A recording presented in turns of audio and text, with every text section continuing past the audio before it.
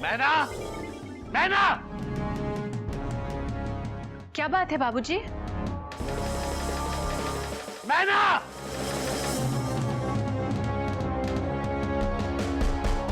क्या बात है बाबूजी, आप गुस्से में लग रहे हैं? बेटा तुम अभी और इसी वक्त ये घर छोड़कर चले जाओ।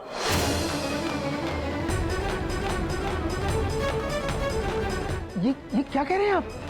Question mark. वही कह रहा हूं जो तुमने सुना है।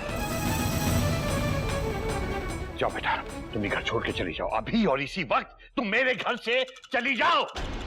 मेरे घर से? बाबूजी आप ये क्या कह रहे हैं? क्यों आई हो तुम यहाँ? क्या चाहती हो?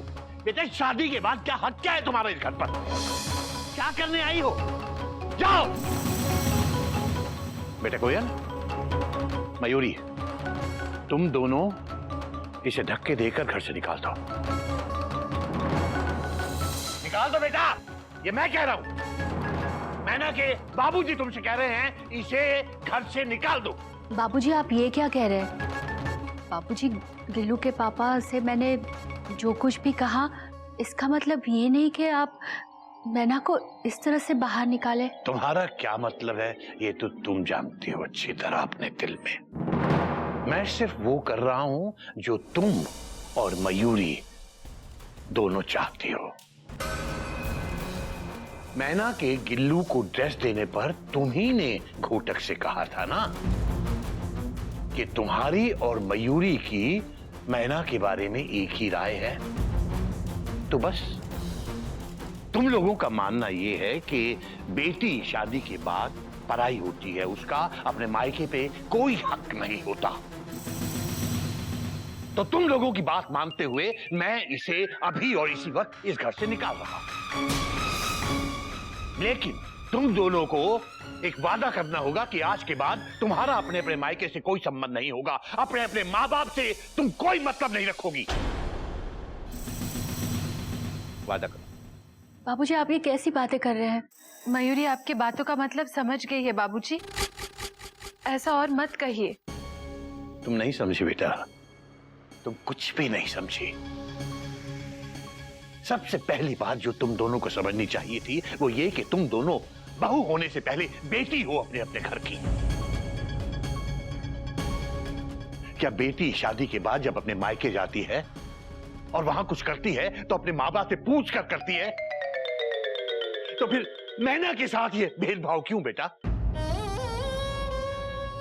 बहुत गलत धारणा है कि बेटियां पराई होती हैं। बेटियां तो अपनों से भी ज्यादा अपनी होती हैं। बेटियां अपनी खुशी से माँ बाप का घर नहीं छोड़ती बेटा, बल्कि सिर्फ एक प्रथा को निभाने के लिए वो हमेशा हमेशा के लिए अपने माँ बाप का घर छोड़ के चली जाती है।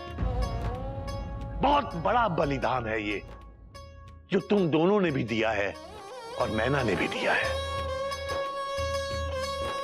जैसे अपने अपने पति से तुम लोगों को कुछ उम्मीदें हैं, उसी तरह से एक बहन को भी अपने भाइयों से कुछ उम्मीदें होती हैं बेटा। क्या तुम लोग जब अपने अपने मायके जाती हो तो बहू बन के जाती हो? तो फिर मैना ऐसा क्यों करे? बाबूजी मुझे भी एक बात आज समझ में आ गई है। भाभीियों के साथ साथ गलती मेरी भी है।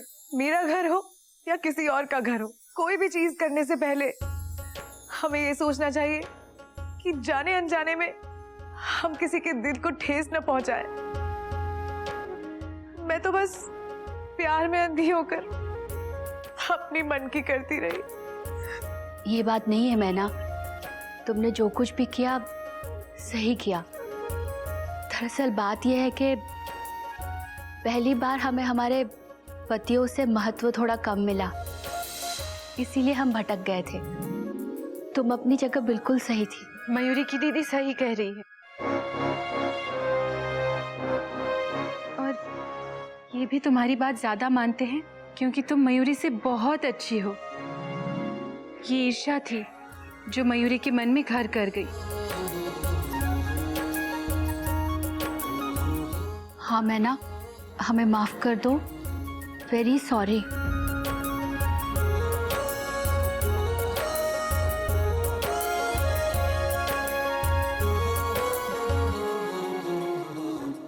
गधो। बहन घर में आ गई तो पत्नियों को भूल ही गए। बेटा, एक रिश्ते में मिठास बढ़ाने के लिए दूसरे रिश्ते में कड़वाहट नहीं घोली जाती। बाबूजी चेन खींचना बंद कीजिए ना, मुझे मेरी गलती का एहसास है। आप तो ऐसे करो जैसे सिर्फ आपको एहसास है। अरे मुझे भी मेरी गलती का एहसास है। Full stop. I am sorry Mayuri. Dot dot dot dot. Mayuri भी सॉरी है। मैना दीदी, मयूरी को माफ कर दो, मयूरी को माफ कर दो। कोयल, मुझे भी माफ कर दो। सॉरी। मुझे भी माफ कर दो। I am sorry. सॉरी मैना। मैं भी सॉरी हूँ। कितना भी सॉरी बोलो तो कम है। बेटा, ये सब के सब एक दूसरे से माफी मांगने का नाटक बंद करो बेटा। मन ही मन सब के सब एक दूसरे से माफी मांग लो, बहुत अच्छा रहेगा। और बेटा, मैना, कोयल, नागिन, मयूरी, मेरी एक नहीं 4 बेटियां हैं। बाबूजी, वैसे आपकी 4 नहीं 5 बेटियां हैं। अच्छा, मुझे तो पता ही नहीं। कैसे बेटा? तो बाबूजी, जो मेरी बीवी होगी ना, वो आपकी 5th बेटी होगी। हाँ, बात तो तेरी सही है बेटा। अरे भाई, मेरी तो जितनी बेटियां होंगी मैं तो उतना ही धनवान बनूंगा, क्योंकि बेटियां खुशियों का खजाना होती है। अच्छा अच्छा, बहुत रोना धोना हो गया। गिल्लू के बर्थडे की तैयारी करनी है या नहीं? अरे हाँ, अरे कुछ ही घंटे बचे हैं और बहुत सारे काम बाकी हैं। Dot dot dot dot. चलो चलो, चलो। एक मिनट, पहले तुम लोग ये डिसाइड करो कि गिल्लू कौन सी ड्रेस पहनेगा। मैना ने लाई हुई या कोयल ने दी है वो? हरिओम।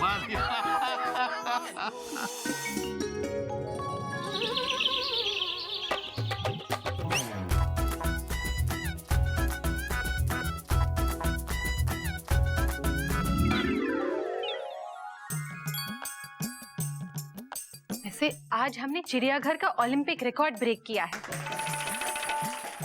इतने सारे कपड़े तो धोबी घाट में भी नहीं धुलते होंगे। थकावट के मारे मेरे मुंह से तो निकल ही नहीं रहा। बस, इतने सारे कपड़े धोने के बाद मयूरी का मन धुलाई डांस करने का कर रहा है, पर मयूरी बहुत थक चुकी है। हाँ, अगर तू कहे तो मयूरी और एक नो दीदी, दीदी आप थकने के बाद बहुत ही थका हुआ डांस करते हो। नहीं, मेरा मतलब मैं भी थक गई हूँ। काश हमें अब कोई चाय बनाकर पिला देता। मयूरी का अब सर चकरा रहा है। बाबूजी, आपने ये चाय हमारे लिए बनाई? और क्या, तुम्हारे लिए चाय बनाने के लिए मुझे लाइसेंस लेने की जरूरत है क्या? और बेटा, जब तुम लोग चिड़ियाघर के लिए अपना इतना पसीना बहाती हो, तो क्या मैं तुम्हारे लिए चाय भी नहीं बना सकता? अगर बड़े छोटों की सेवा करेंगे तो क्या छोटे हो जाएंगे बेटा? अरे क्या देख रहे हो? अपनी अपनी चाय उठाओ और आराम से जाकर अपने अपने कमरे में पियो। Conditions apply. चाय अच्छी लगे तो सारी दुनिया को बताना, और चाय खराब लगे तो किसी को क्या, मुझे भी मत बताना। बाबूजी, थैंक यू सो मच। आप हमेशा यूं ही रहना। हरिओम। मतलब मुझे रोज तुम लोगों के लिए चाय बनानी पड़ेगी बेटा?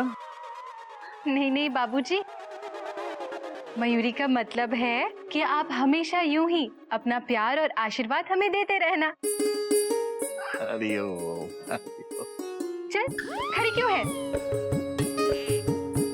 थैंक यू बाबूजी।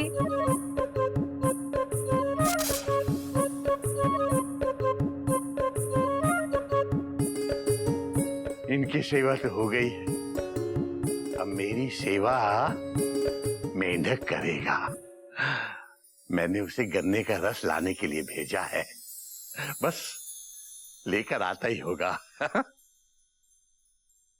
बाऊजी, हम आ गए। आजा बेटा आजा, मैं यहाँ हूँ।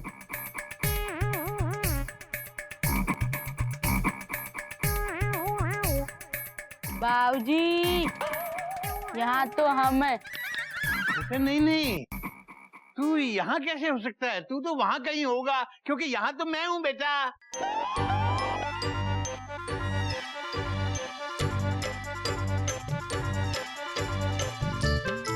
बाबूजी, आप कहाँ से बोल रहे? यहाँ से कि वहाँ से? हरिओम हरिओम। बेटा बेटा, मैं तो अपने मुंह से बोल रहा हूँ। तू कहाँ से बोल रहा है? बाबूजी, हम तो यहाँ से बोल रहे।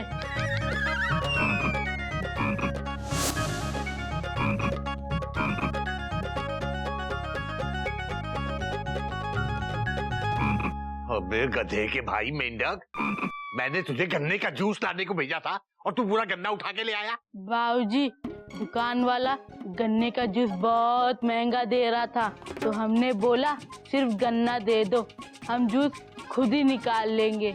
बाबूजी, गन्ने वाले ने ना गन्ने के साथ साथ ये स्ट्रॉ भी फ्री में दिया है। हो गया ना बाबूजी फायदा।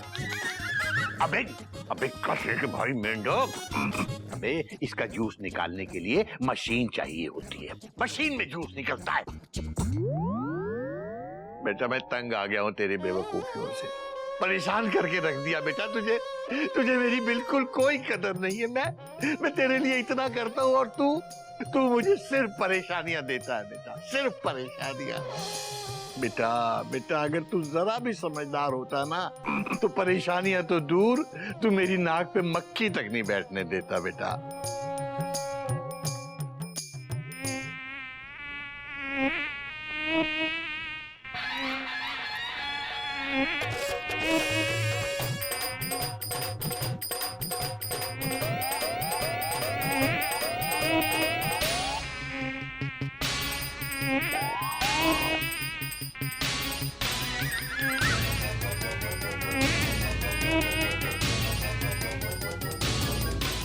अबे बेटा, तू क्या सोच रहा है? बाबूजी, ये कुछ सोचने वोचने का टाइम नहीं है, कुछ करने का टाइम है बाबूजी।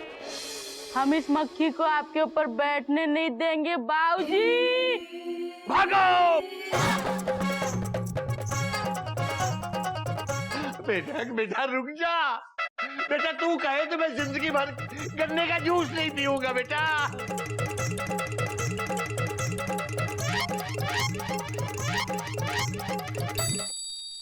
उड़ गई मक्खी, उड़ गई।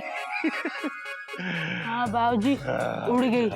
भगवान के घर देर है अंधेर नहीं है।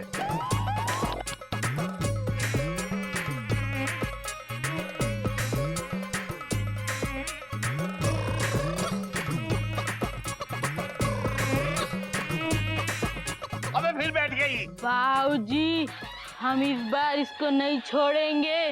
भागो! हरिओम हरिओम हरिओम।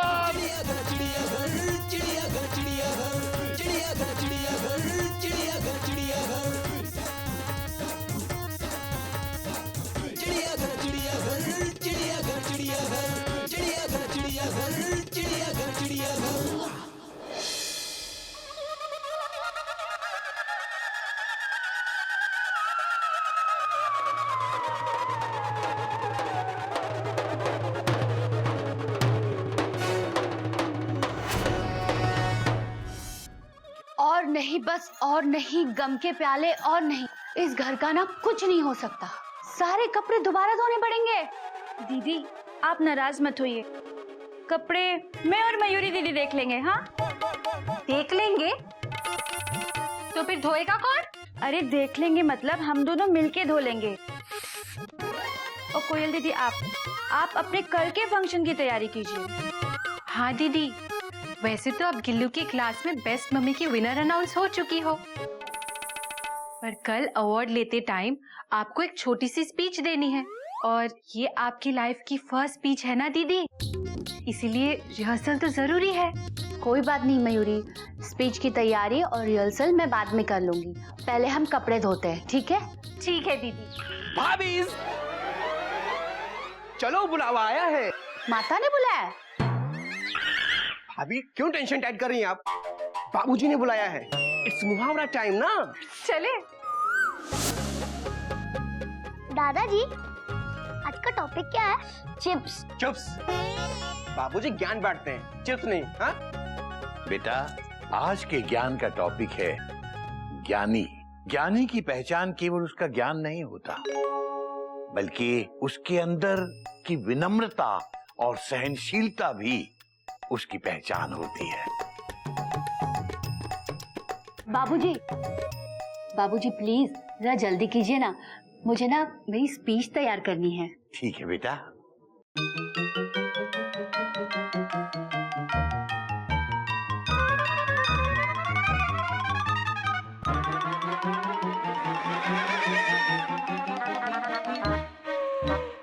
सहनशीलता और विनम्रता ही एक ज्ञानी की सही पहचान है।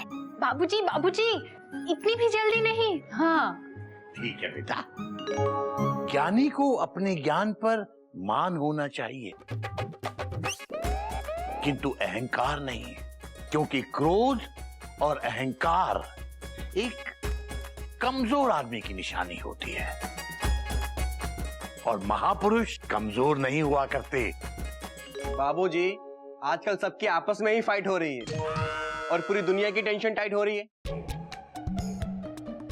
बाबूजी, आजकल ये महापुरुष ज्ञानी टाइप्स के लोग होते ही कहाँ हैं? हरिओम हरिओम हरिओम।